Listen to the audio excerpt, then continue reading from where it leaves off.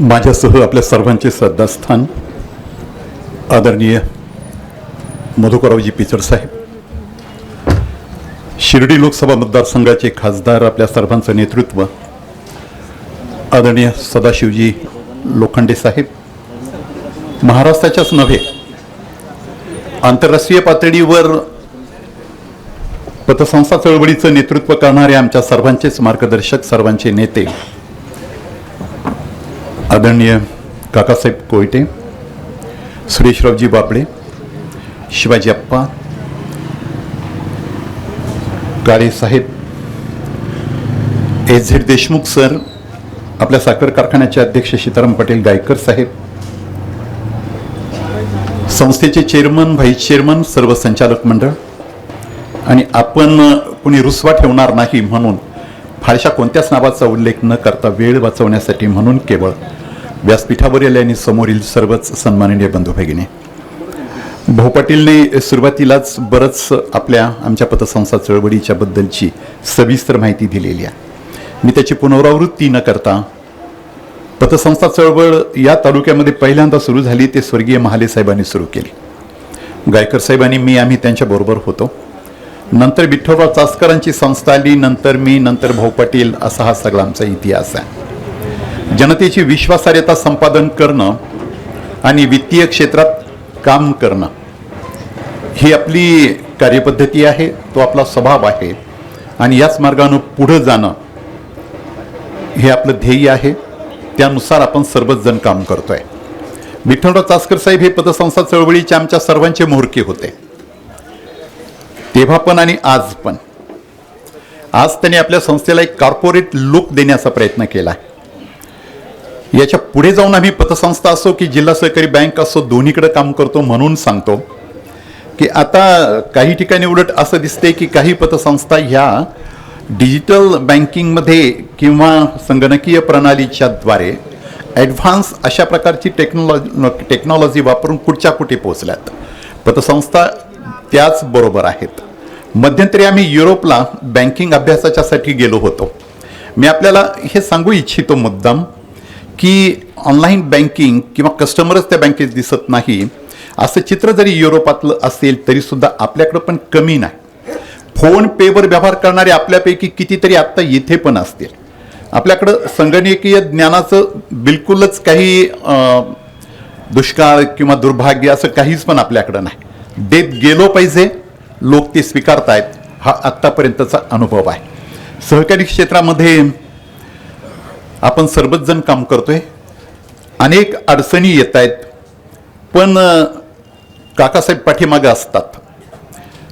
एक अध्यादेश येतो, परत त्याच्यावर चिंतन होतं, आता काय करायचं, परत चिंता निर्माण होते, मग त्यांच्याकडे जायचं.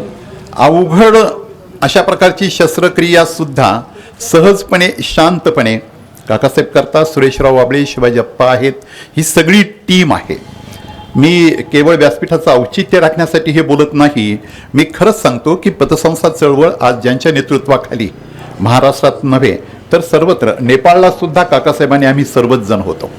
नेपाळचं जर एका वाक्यात सांगायचं झालं तर नेपाळच्या पतसंस्था चळवळीशी तिथल्या राष्ट्रीयकृत बँका स्पर्धा करतात, अशी आत्ताची नेपाळची स्थिती आहे. तेव्हा पतसंस्था चळवळ ही अधिक वेगानं, प्रचंड वेगानं पुढे गेली. आता प्रचंड वेगानं जेव्हा एखादी गाडी धावते तेव्हा दक्षता तितकीच घ्यावी लागते. समृद्धी महामार्ग आला रे आला की वेग येतो, वेग आला रे आला की अपघात होतात. याची जाणीव आम्ही सर्वजण ठेवतोय. वेग जरी आला तरी सुद्धा सावधानता निश्चितपणे बाळगण्याचा प्रयत्न आम्ही सदोदितपणे करत राहणार आहे. आणि या चळवळीवरची जी विश्वासार्हता आहे तिला आम्ही कुठं पण धक्का लागू देणार नाही.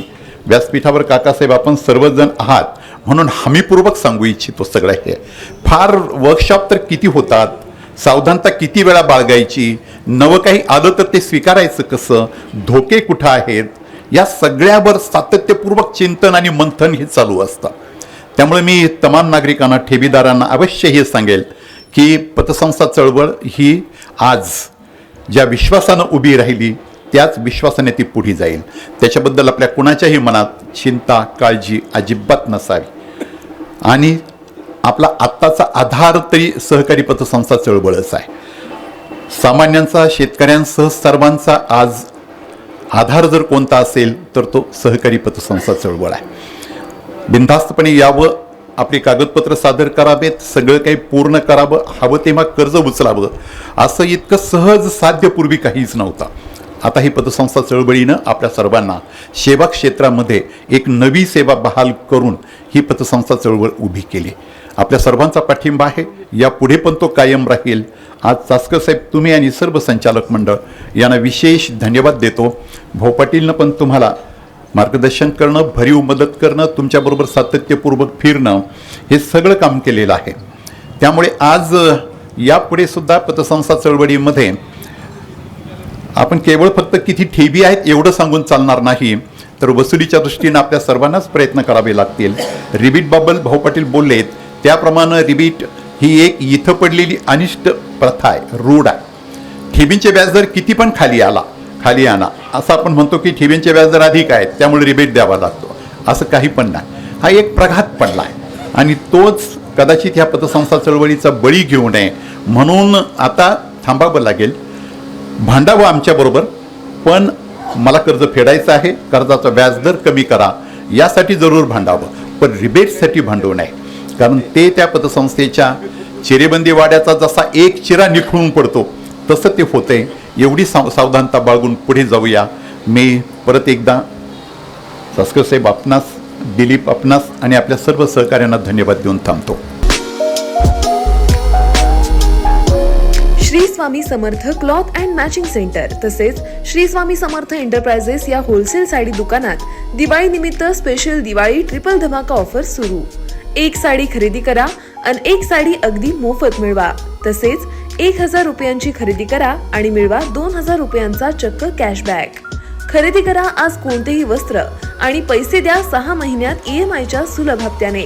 याशिवाय दररोज हमखास जिंका 1 नाही तर 2 पैठणी तसेच 500 बक्षिसांचा भव्य लकी ड्रॉ. आमच्या दुकानाची वैशिष्ट्ये: वाजवी दर, उत्तम दर्जा, स्वतंत्र जेंट्स विभाग, साड्यांचे स्वतंत्र होलसेल दालन, होलसेल दरात रिटेल विक्री. चला तर मग आपली दिवाळी साजरी करूया Shri Swami Samarth cloth and matching centre तसेच श्री स्वामी समर्थ एंटरप्राइजेस या वस्त्र दालनासोबत. शाखा number 1 Shri Swami Samarth matching and cloth centre, Agasti complex, 2रा मजला, बाजार तळा शेजारी, अकोले. शाखा number 2 Shri Swami Samarth enterprises, Bhingare godown शेजारी, दत्त मंदिर रोड, अकोले, तालुका अकोले, जिल्हा अहमदनगर. संपर्क 7588513133 किंवा 9423388360.